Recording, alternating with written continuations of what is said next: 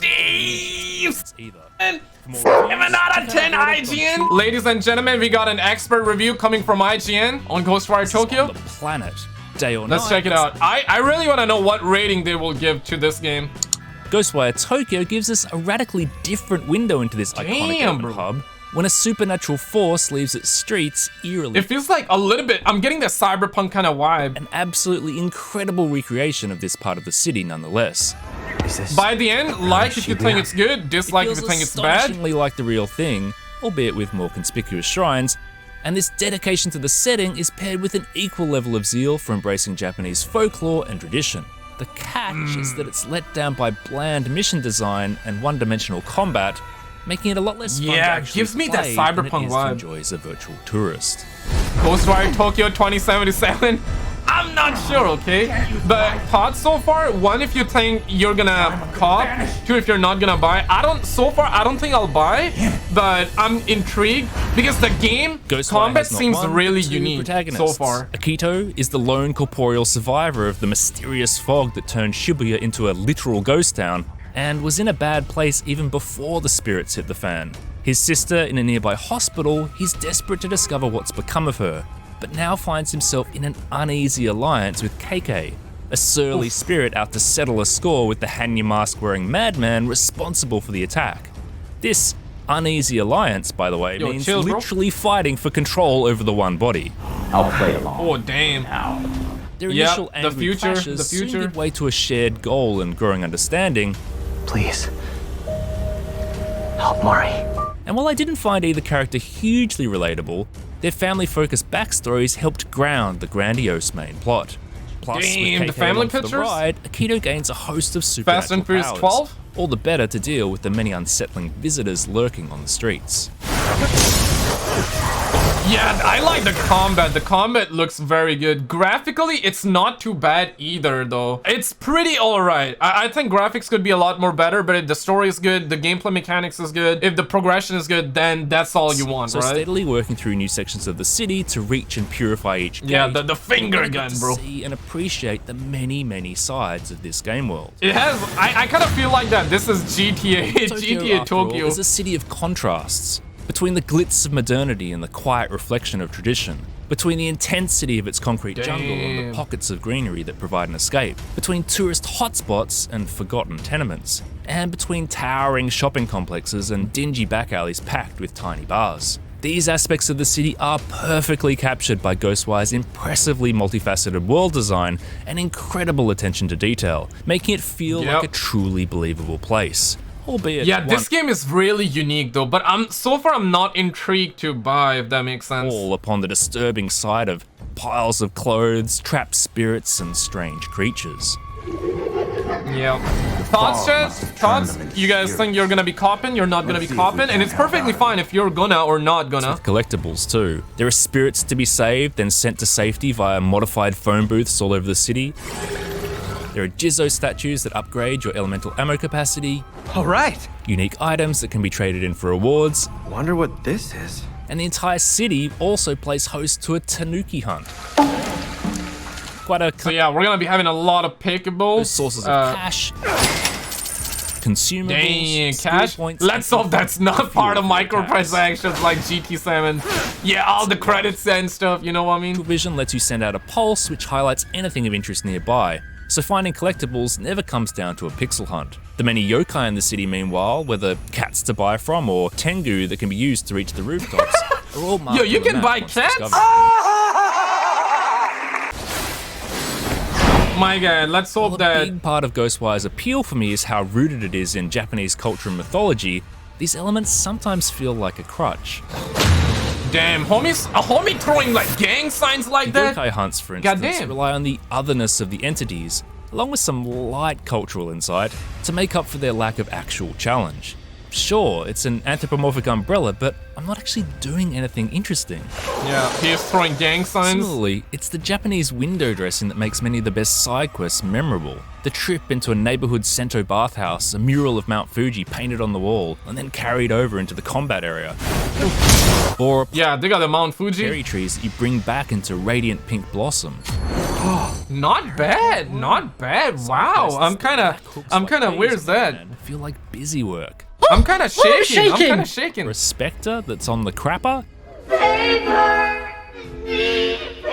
Yo, bro, we've been reacting to some ghost videos. It actually kind of reminded me of that. Need to go, just as bothers you. What I had this morning, I don't even wanna say to you. but this kind of task brings into stark relief the fact that I really should be focused on the madman planning on consuming thousands of souls in some kind of epic dark ritual, and not on the most trivial of fetch quests.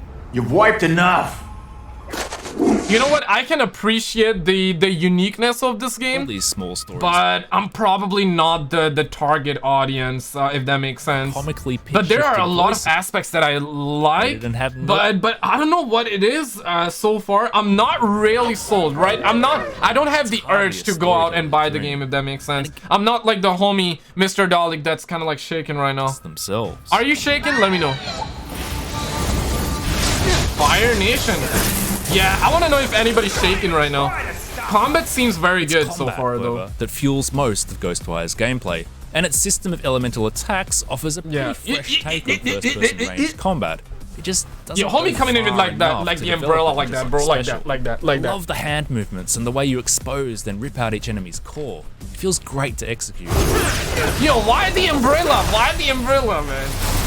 Maybe it's And I part of also the think tradition. The decision to have office workers and uniformed school children as the foundational enemies is great thematically, even if some of the other later foes wind up being far more visually interesting. Yeah, man, that's... Wind, water, and fire attacks form the basis. If we ever get a Doctor Strange game, other- we're gonna be seeing him do like all kinds of... He's gonna be dropping like gang signs like that too. Distract. There's a rumor going around about Doctor Strange game. A bow for longer range, and the ability to block to minimize incoming damage or parry an enemy. Despite all this, I spent the vast majority of Ghostwire employing two simple tactics because they were so effective I rarely needed anything else. The first was to quick purge absolutely everything. The visitors are about as basic an enemy as you'll find in a modern video game, Oh, we which got a makes stud, sneaking don't up it? behind them laughably simple most of the time. And with spectral vision, you can easily stay out of sight close by and just wait for the right moment to strike. Taking out enemy after enemy this way is definitely satisfying initially, helped in no small part by the fantastic purge animations and sound effects, Yeah, I got different color. but it's ultimately very one-dimensional, as my approach didn't need to change significantly even as new enemies or fresh variants of old ones were introduced.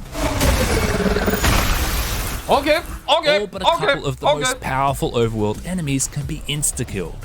And once I realized how powerful stealth was, I geared myself up for it and sunk skill points Yeah, into making progression. it more efficient. Got the skill points. Yeah, let's hope that this is not part of microtransactions, my guy. BFG. No, not that BFG. It will Or the be mega OG sad. BFG. I'm talking about the big fireball grenade, my other solution to every problem.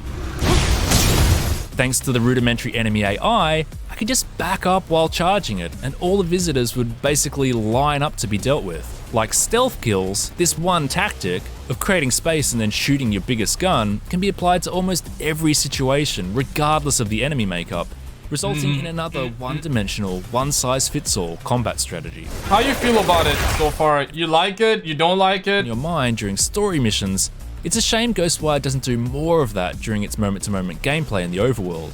Touches like this really helped enrich the atmosphere, and I'd have loved to see more visitors and environments Yeah, it looks that pretty had that cool here, simmering psychological uncertainty.